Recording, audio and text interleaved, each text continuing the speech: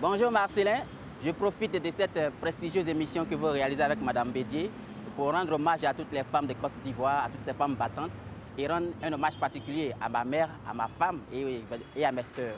Nous sommes sur le boulevard Thérèse Faute-Boigny à Cocody Ambassade pour traiter des règles qui nous permettraient de franchir en toute sécurité les intersections. Comment détecter une intersection? Le code de la route, les règles de construction de la voie doivent permettre de détecter une intersection à environ 50 voire 100 mètres de distance. Les premiers indices à prendre en compte, ce sont la signalisation. Vous allez avoir la chance d'avoir des panneaux qui sont des panneaux d'intersection placés en position avancée.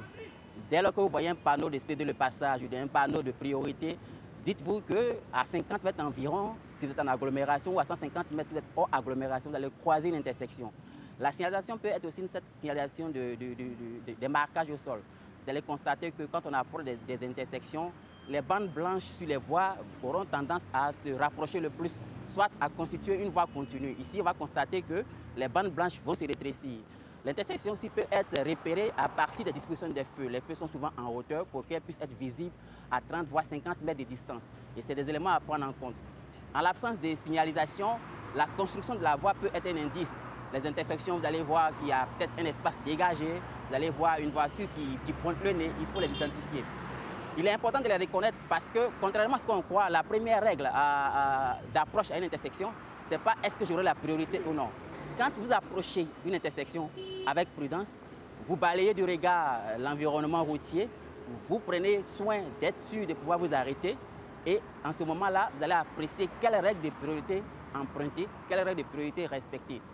J'insiste sur la notion quelle règle parce qu'on a tendance à croire que la priorité se limite à la priorité à droite. En fait, le code de la route distingue trois formes de priorité. La priorité à droite, pour laquelle il n'y a pas grand-chose à dire parce qu'on est plus ou moins informé. Mais il y a la priorité de la voie. Les voies prioritaires vont l'emporter. Il y a également la priorité à gauche, qui est l'obligation de céder le passage aux véhicules qui sont dans l'anneau de circulation. Donc, cette priorité s'applique lorsqu'il y a un sens giratoire, évidemment. Comment détecter la priorité? La règle, c'est d'abord la priorité de la voie, c'est-à-dire que c'est la priorité que la signalisation va vous donner. Si vous arrivez à une intersection et que la signalisation vous indique une priorité précise, par exemple, il y a un feu, quand le feu il est rouge, vous avez l'obligation de vous arrêter, vous n'avez pas la priorité. Quand il n'y a pas de feu qui est cédé le passage, bien évidemment, vous cédez le passage à gauche ou à droite. Donc la signalisation va être le premier indicateur.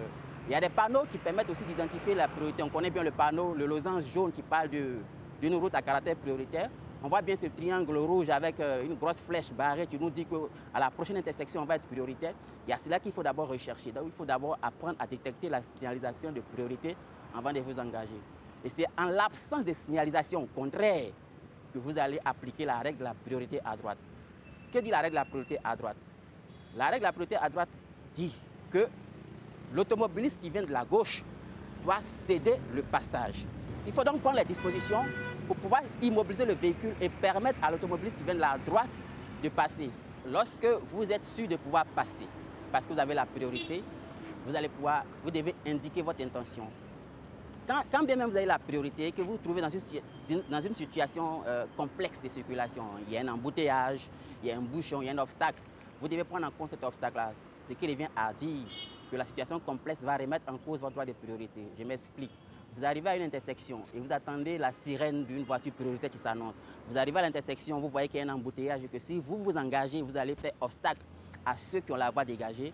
Quand bien même vous avez la priorité, le code vous impose de vous arrêter et de céder le passage aux autres automobilistes qui ont la liberté de passer ou qui ont la priorité de passage.